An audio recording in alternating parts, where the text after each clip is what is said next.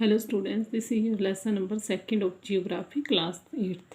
The lesson name is Land, Soil, Water and Natural Vegetation and Wildlife Resources. In our previous lecture we read about land and today we read soil. What is soil? The thin layer of grainy substance covering the surface of the earth is soil. तो क्या है, एक granny layer है ये जो कि पूरे earth surface को ढके हुए हैं. What is the difference between land and soil? Land is available everywhere but soil is not available everywhere.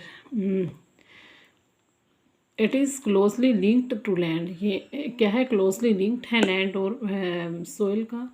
It is made up of organic matter. या ऑर्गेनिक मैटर्स से बने, ऑर्गेनिक मैटर्स मिनरल्स और weathered rock से बनी हुई है. तो क्या है, ऑर्गेनिक मैटर्स क्या है, जो डेड प्लांट से रिलेटेड होते हैं. मिनरल्स मीन्स कितनी फर्टाइल है सोइल, और वेदर रॉक मीन्स कैसे, वेदर रॉक क्या है, बेस प्रोवाइड करती है सोइल को. Weathering, what is weathering? The breaking up of decay and exposed rock by temperature changes, frost action, plants, animals and human activities. तो breaking and decay of exposed rock यानी कि जो चट्टानें टूटती हैं या तो टेम्परेचर के कारण, टेम्परेचर के कम ज़्यादा होने के कारण, या फिर फ्रोस्ट एक्शन के कारण, जहाँ प्लांट्स और एनिमल की एक्टिविटीज़ के कारण. तो वो क्या होती है, वेदरिंग होती है. और it take hundreds of year. जो सोइल फॉर्मेशन में है वो एकदम से नहीं होती है, उसको बनने में काफ़ी सारा समय लग जाता है. नेक्स्ट है आपका सोइल. 3 टाइप की होती है. Top soil. टॉप सोइल में ह्यूमस और वेजिटेशन पाया जाता है. सब सोइल जो होती है वो सैंड, सिल्ट और क्ले की बनी हुई होती है. और थर्ड है weathered rock and minerals. Third type में वेदर रॉक और मिनरल पाया जाता है. और उसके नीचे पेरेंट रॉक होती है. पेरेंट रॉक सॉइल की क्वालिटी के बारे में बताती है. नेक्स्ट है आपका factors of soil formation. Soil formation के कौन से फैक्टर्स हैं? फर्स्ट है पेरेंट रॉक. पेरेंट रॉक से हमें क्या पता चलता है कि सॉइल का क्या कलर है, कैसा टेक्सचर है, कैसी केमिकल प्रॉपर्टीज़ हैं, या मिनरल कैसे हैं उसमें, या फिर content of permeability means water को कितनी देर अपने में ऑब्जर्व करने की पावर है उसमें. नेक्स्ट आपका रिलीफ में आ जाता है. Altitude and slope determine accumulation of soil. तो इसमें एल्टीट्यूड कैसा है और स्लोप कैसी है, जैसे माउंटेन है, प्लेटू है, प्लेन है, कैसी है. नेक्स्ट है आपका क्लाइमेट. टेम्परेचर कैसा है, रेनफॉल है, या फिर रेट ऑफ वेदरिंग कैसी है, या ह्यूमस फॉर्मेशन कैसा है. क्लाइमेट क्या करता है, क्लाइमेट से ये तीनों चीज़ें इफेक्टेड होती हैं. नेक्स्ट है आपका flora, fauna and micro organism. ये भी अफेक्ट करते हैं रेट ऑफ ह्यूमस फॉर्मेशन को. नेक्स्ट है टाइम.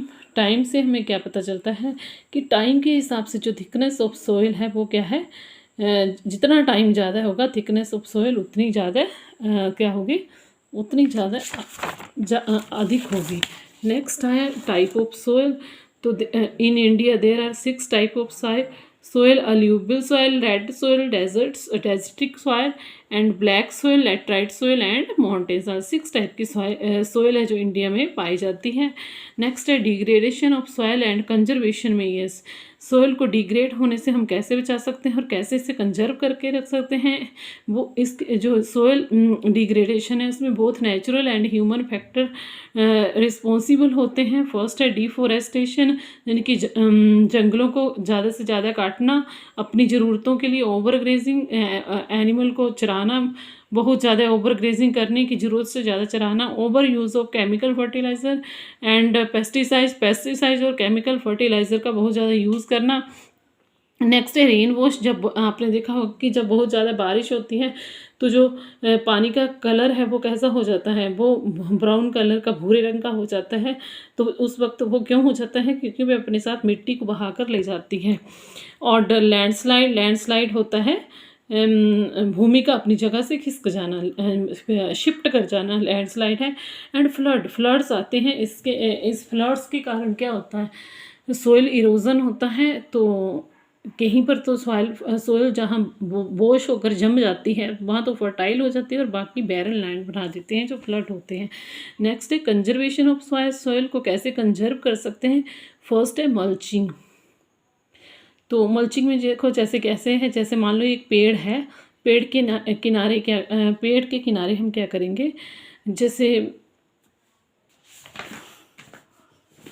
पेड़ के किनारे हम इसको कवर कर देंगे जैसे ऑर्गेनिक मैटर से, जैसे स्ट्रो वगैरह से कवर कर देंगे। तो इससे क्या होगा, एक तो ये इसकी जो रूट्स होंगी वो वॉश नहीं होंगी, और जब बारिश नहीं होगी तो इसमें क्या है, मॉइस्चर रहेगा। सेकंड है रॉक डैम, सेकंड है काउंटर बैरियर्स। काउंटर बैरियर्स में हम क्या करते हैं, यहाँ किसी चीज़ का बैरियर लगा देते हैं जहाँ पानी को रुकने के लिए, और नीचे फिर खाली रहने देते हैं ज़मीन को, और फिर बैरियर्स लगा देते हैं, फिर खाली रहने। इससे क्या है, जो पानी बहने का स्लोप होता है वो स्लो हो जाता है, और भूमि क्या है, लैंड क्या है, वॉश नहीं होती है।